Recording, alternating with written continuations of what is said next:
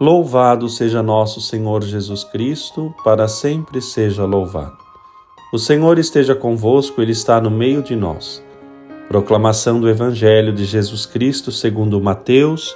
Glória a vós, Senhor. Naquele tempo, um dos 12 discípulos, chamado Judas Iscariotes, foi ter com os sumos sacerdotes e disse: O que me dareis se vos entregar Jesus? Combinaram então 30 moedas de prata. E daí em diante Judas procurava uma oportunidade para entregar Jesus. No primeiro dia da festa dos ázimos, os discípulos aproximaram-se de Jesus e perguntaram: Onde queres que façamos os preparativos para comer a Páscoa? Jesus respondeu: Ide à cidade, procurai certo homem e dizei-lhe: O mestre manda dizer, o meu tempo está próximo. Vou celebrar a Páscoa em tua casa junto com meus discípulos. Os discípulos fizeram como Jesus mandou e prepararam a Páscoa. Ao cair da tarde, Jesus pôs-se à mesa com os 12 discípulos. Enquanto comiam, Jesus disse: Em verdade eu vos digo, um de vós vai me trair. Eles ficaram muito tristes e um por um começaram a lhe perguntar: Senhor, será que sou eu? Jesus respondeu: Quem vai me trair é aquele que comigo põe a mão no prato. O Filho do Homem vai morrer conforme diz a Escritura a respeito dele. Contudo, ai daquele que trair o Filho do Homem. Seria melhor que nunca tivesse nascido. Então Judas, o traidor, perguntou: Mestre, serei eu? Jesus lhe respondeu: Tu o dizes. Palavra da salvação. Glória a vós, Senhor.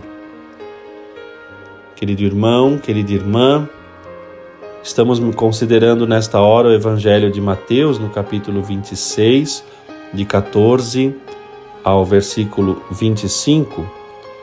Nosso Senhor está dentro daquele grande momento da sua vida, a última ceia com os seus discípulos, e o seu discurso como que desconcerta e põe de sobreaviso pensar como Judas Iscariotes chegou a vender quem ele tinha considerado como mestre, como Messias, de quem tinha recebido o chamado para ser um dos 12 apóstolos. E mais pavor ainda nos faz pensar que trocou nosso Senhor por 30 moedas de prata, o preço de um escravo, está lá no livro do Êxodo, no capítulo 21, foi a mesma quantia que Jesus pediu para assim negociar a vida do Mestre. Estavam em Jerusalém para a festa dos ázimos, os pães sem fermento, que deveriam ser comidos durante 7 dias, em recordação do pão sem fermentar que os israelitas tiveram de tomar apressadamente ao sair do Egito. E no tempo de Jesus, a ceia da Páscoa celebrava-se então exatamente nesse primeiro dia da semana dos ázimos. E esta cultura presente para recordar a saída do Egito é o que também aqui Mateus deixa muito evidente na sua narrativa. E o Senhor delega funções para que possam ajudá-lo a organizar esta ceia e designa corretamente quem faz o que, aonde buscar. E com isso, então, dando todas as indicações o suficiente, os discípulos puderam encontrar a casa e ali celebrar a Páscoa com Jesus. E, embora ainda não tivessem sucedido acontecimentos gloriosos da Páscoa, aqui nosso Senhor vai dar a conhecer aos seus apóstolos que, mais do que tudo, foi uma grande graça para os apóstolos conviver com Cristo. Os apóstolos vão refletir isso depois da morte e ressurreição de Jesus. Como foi importante esta convivência com o Mestre. Saíram realmente fortalecidos e aprofundaram na sua fé.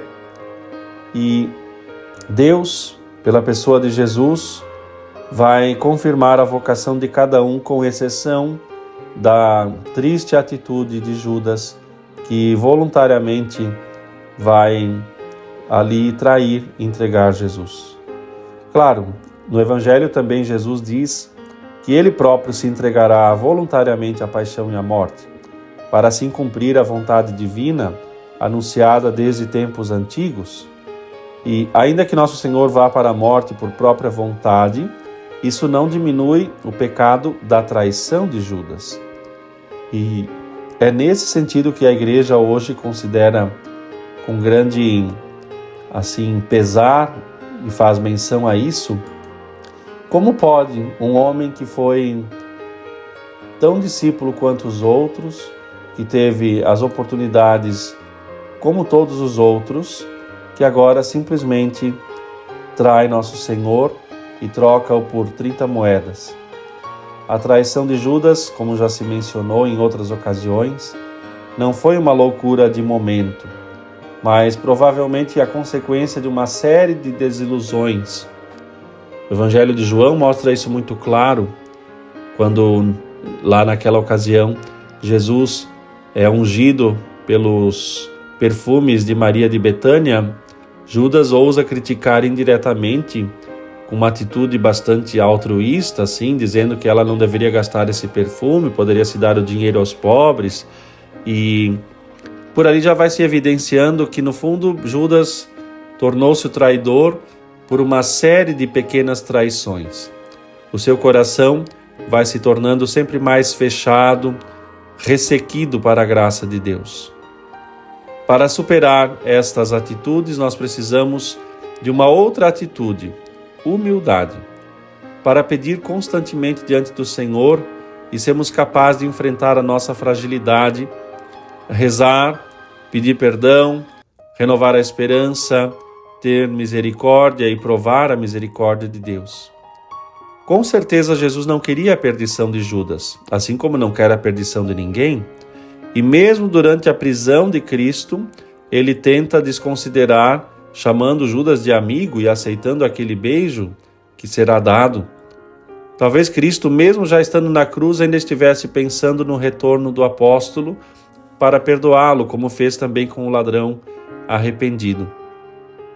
Judas, por sua vez, não reconheceu, não se arrependeu e, por isso, pegou aquele dinheiro do seu crime, o preço da sua traição, e se atirou diante de um precipício porque lhe faltou a esperança. A esperança, meus irmãos, é a virtude necessária para regressar a Deus. Se Judas tivesse provado a esperança por meio da misericórdia, poderia ter sido de fato um grande apóstolo. De qualquer forma, nós não sabemos exatamente o que aconteceu no coração daquele homem. Nem mesmo se respondeu à graça de Deus no último momento. Diz a tradição que Judas não se arrependeu, mas não temos essa informação exata. Só o Senhor sabe o que aconteceu no coração daquele homem dali para frente. Por isso, cuidemos, não desesperemos, não desconfiemos, busquemos verdadeiramente o arrependimento e deixemos Deus conduzir pela mão e tudo corre bem. Esta é a lição do Evangelho de hoje, não importa quão grande seja a nossa ofensa, porque maior é a misericórdia de Deus. Tudo tem solução se retornamos ao Senhor e se abrimos os nossos corações à graça de Cristo, pedindo que Ele cure nossas feridas. O medo, a vergonha, muitas vezes nos impedem de ser sinceros e são os maiores inimigos da perseverança. Lembremos-nos que somos feitos de barro e, como barro, devemos assim também, firmes, também deixar-nos cozinhar, por assim dizer, ficar firmes e ser aquilo que o Senhor quer. Essa força da humildade que Pedro em outro momento manifesta no seu arrependimento é o que faz com que também nós nessa hora peçamos a intercessão dele e da Virgem Maria, a quem pedimos que nos acompanhe nesse tempo de tanta preparação espiritual. Deus te abençoe.